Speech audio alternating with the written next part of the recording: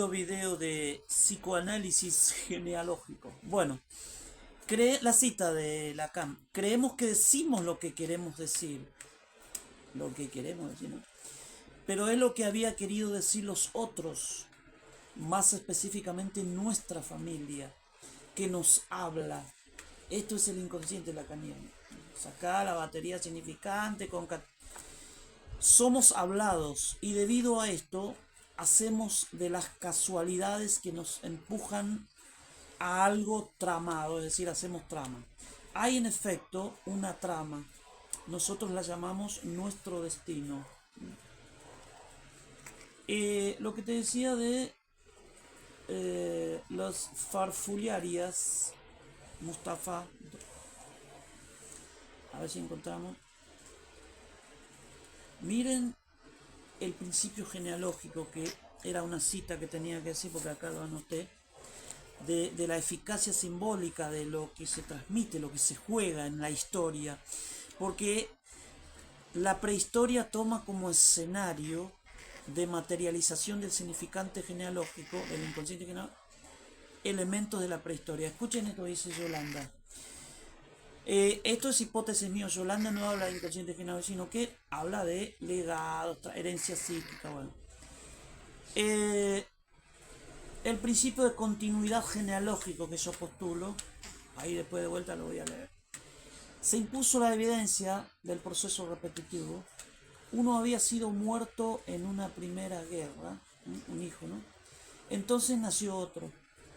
Recibió el nombre del anterior y que fue muerto en una guerra siguiente. Y así sucesivamente.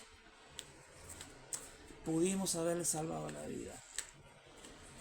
Si hubiésemos hecho foco en la prehistoria, prehistorizado lo histórico, hay que prehistorizar lo histórico.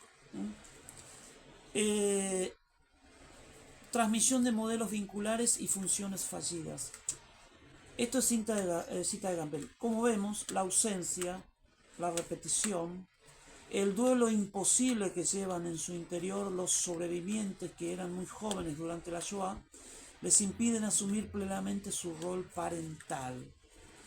Parece ser que la subjetivación tiene estos dos ejes. El histórico, lo que se fundó en la historia, la ontogenia, y la filogenia.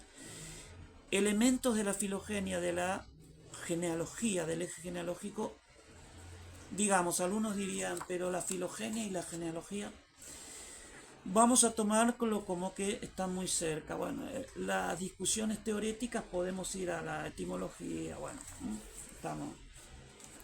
estamos buscando la cita de Freud que desde hoy dice: cuando un hecho traumático, Campbell, es transmitido en forma inconsciente de una generación a otra, el trauma ocasionado produce efectos repetitivos a muy largo plazo. O sea que hay que tener una oreja genealógica. Los hijos repiten el destino de los padres y las hijas el de las madres. Elizabeth Rudinesco. Yo sé que está en algún lado.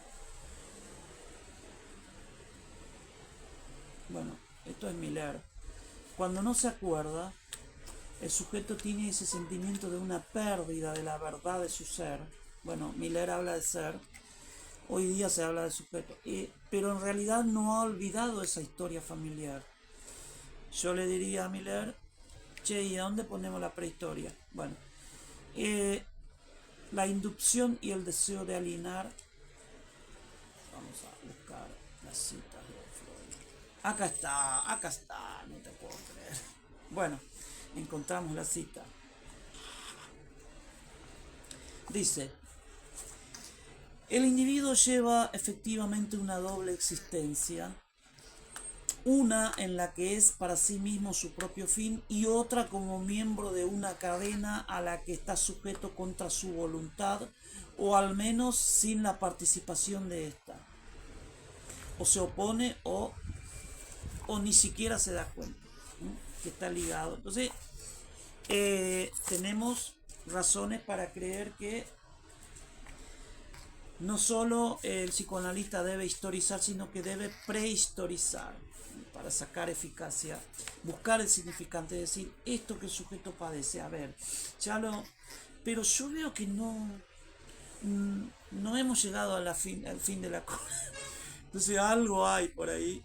Entonces el gato prehistórico, el gato negro del escritor que está allá, fue lapidado hace generaciones.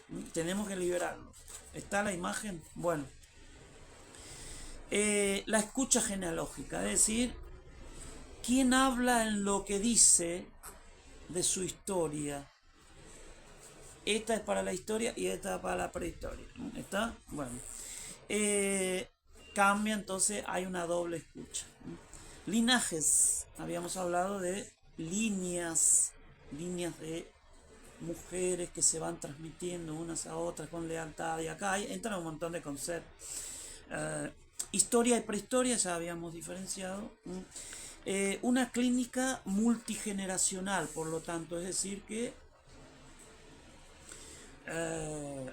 tenemos que despotenciar modelos que pertenecen a legados, transmisiones, y que siguen insistiendo, como dice Yolanda en esa cita, o como venimos en lo social, incluso repitiendo esquemas de clases, de lucha de clases, de opresiones, etcétera, que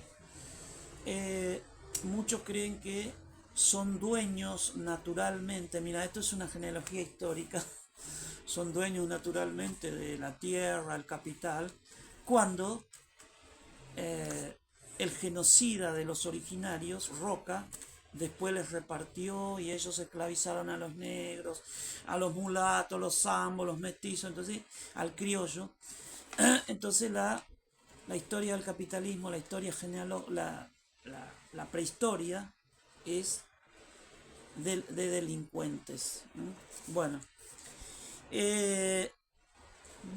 transmisiones inter y transgeneracionales. Habíamos hablado del entrelazamiento simbólico, de que existen símbolos, ideas que nadie, pero nosotros sí vamos a intentar detectar esos significantes genealógicos, porque sabemos que en el inconsciente genealógico no hay tiempo tampoco, y que se activa, está activado, está operando.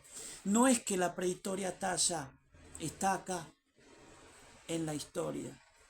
Por eso está en el discurso está, Lacan diría, la enunciación y el enunciado.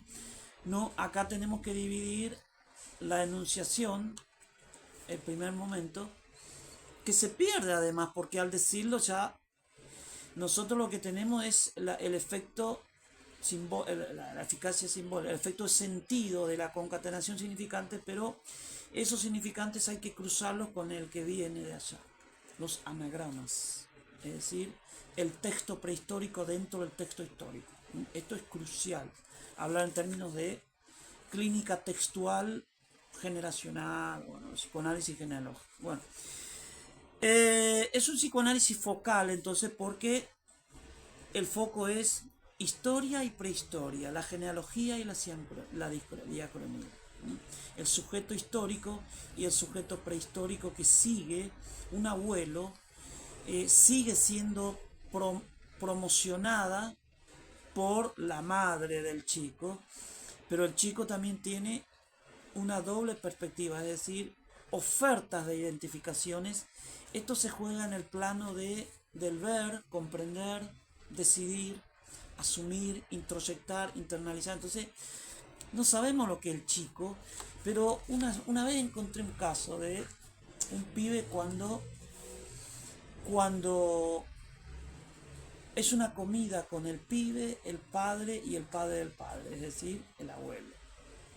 Entonces el chico en esa mesa asumió totalmente los atributos paternos, pero se puso una gorrita que el abuelo también tenía una gorra, buscó dónde estaba la gorra del padre, incluso se enojó porque no iba a comer, no voy a comer, no vas a comer y está tu abuelo, me haces esta escena ahora que está tu abuelo, yo quiero... Y el chico en esos momentos cruciales de ya de ver, comprender y decidir, porque ya estaba asumiendo atributos del abuelo, se puso la gorra y estaba al tanto de cada movimiento.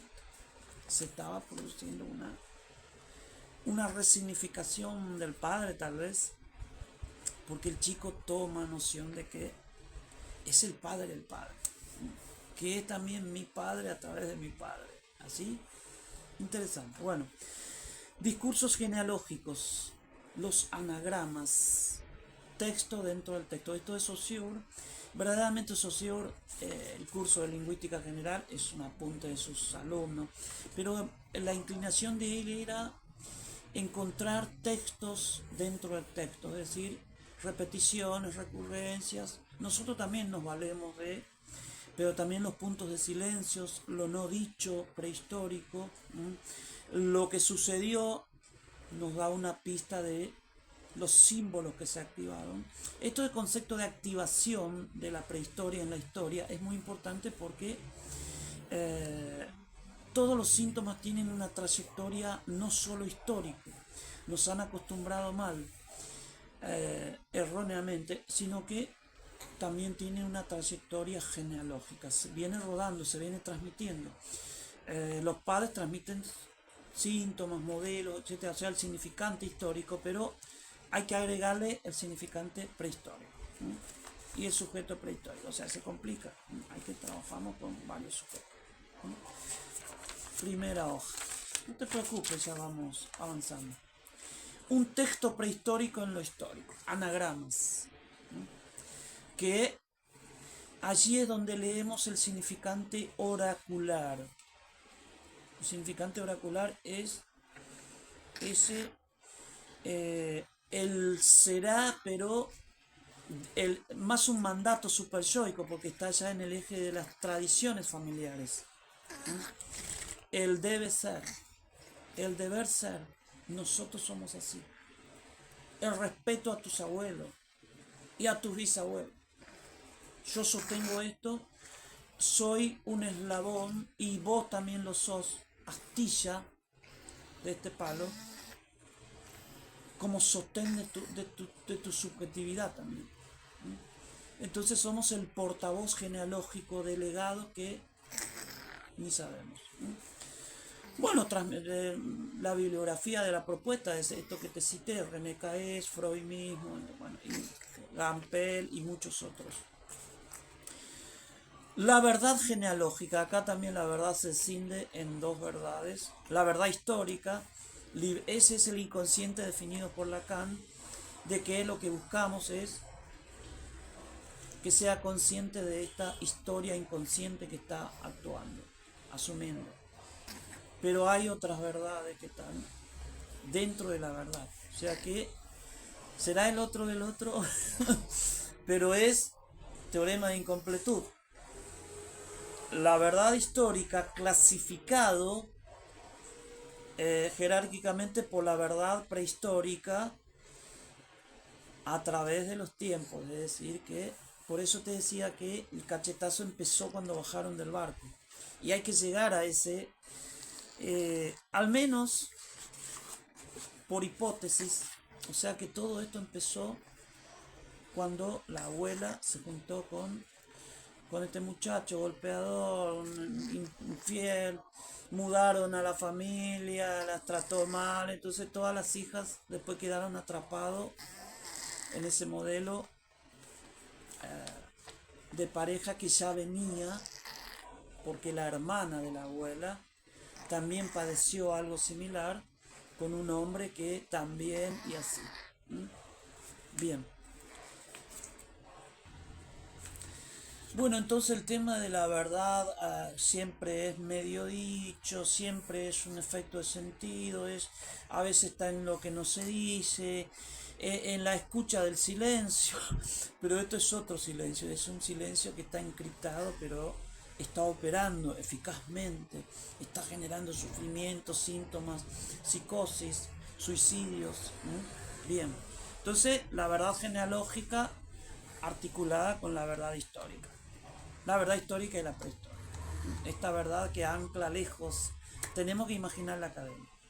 Somos hablados entonces por nuestros ancestros, siguen hablando a través de nosotros, con estos discursos encriptados en el inconsciente genealógico y que van pasando también a los hijos que incorporan vía ver, comprender y decidir.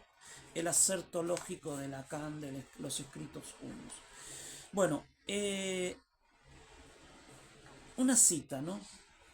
Sappho One dice que eh, hay muchas cosas que forman parte de la farfularia de antecesores, que fundan síntomas, funciones fallidas, neurosis y fracasos, secretos de linajes, repeticiones, lugares simbólicos, identidades que se van repitiendo en un plano que nadie entiende porque está encriptado, significa inaccesible, pero eh, la memoria prehistórica, es decir, hay sujetos que desarrollan esto, son nuestros que han convivido 3 generaciones, entonces hijo, padre, abuelo, bisabuelo, y los bisabuelos recuerdan a los, es decir, que esto en cierta manera en la familia nuclear y burguesa, la monogamia restringida, cuesta, pero siempre hay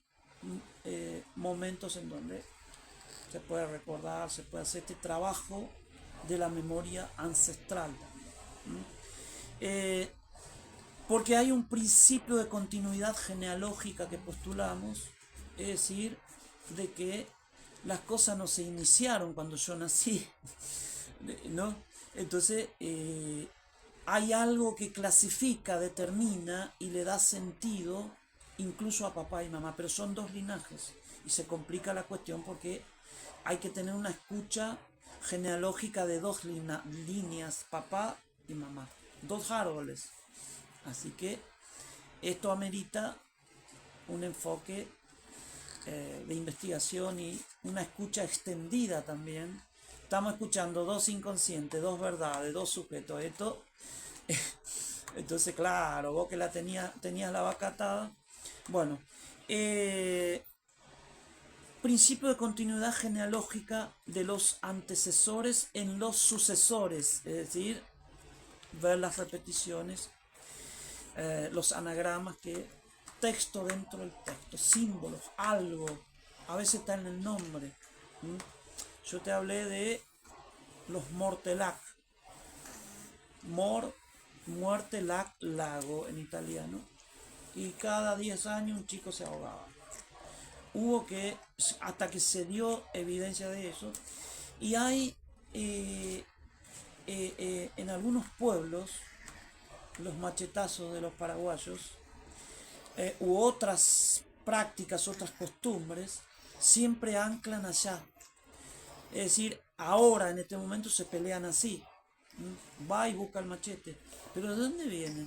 Viene de las 2 guerras del Paraguay, la Triple Alianza, donde el machetazo, eran a machetazo, los muertos, incluso en esos países, en este país específicamente, hay un diario que retracta cómo entre hermanos, mortandades a machetazos, ¿no? Que quedó de la guerra del Paraguay.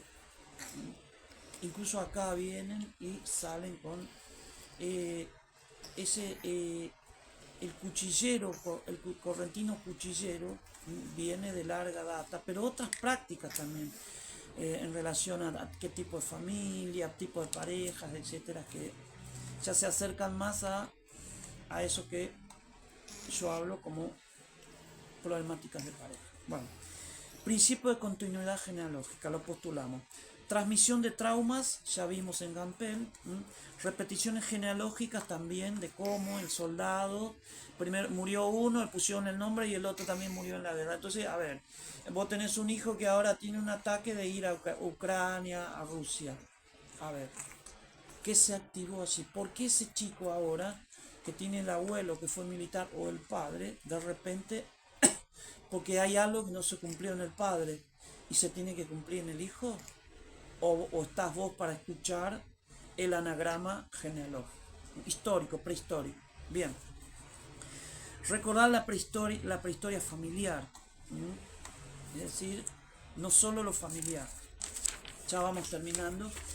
Eh, es decir, esta arqueología de la memoria, no solo ontológico, sino genealógico.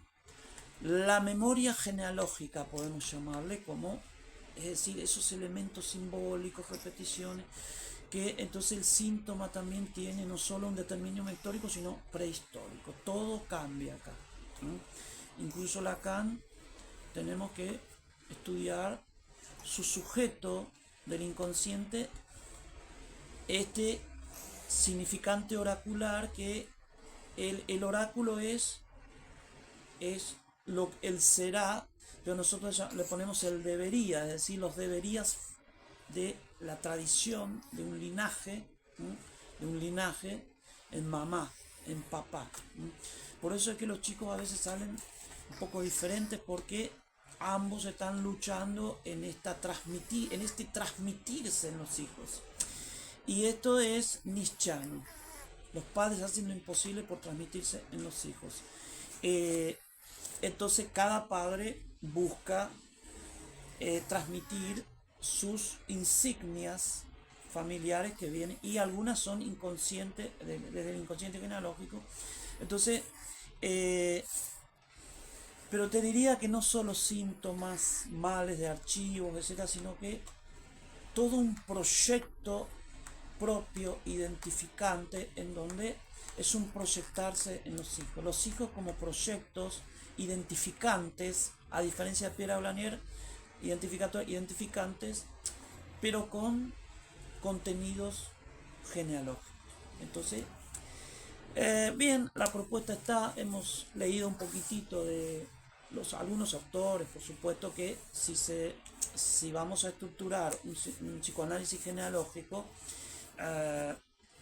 el significante cambia, ya es genealógico, transmite contenidos, es un significante de significantes, porque clasifica, es decir, determina a la historia, la prehistoria, ¿no? La escucha cambia también, y hay transmisión también de estructuras, de nadie sabe por qué el chico es autista, y a lo mejor ya el abuelo que tardó en hablar, mutismo selectivo, hasta que un día trajeron un cachorro y empezó a hablar. ¿Qué pasó? Mutismo selectivo y otros. Psicoanálisis genealógico como propuesta para investigación en el campo de la psicología y del psicoanálisis. Se fueron todos. Gracias, nos vemos en esta cátedra libre de propuestas novedosas. Mañana quizás el marketing sí, que tengo también el ensayo, u otros temitas que he ido plasmando, ¿no? Cuando uno lee, a veces le ocurre algo. Está también el profesional que no escribe y no... Bueno, perfecto, es clínico, se dedica.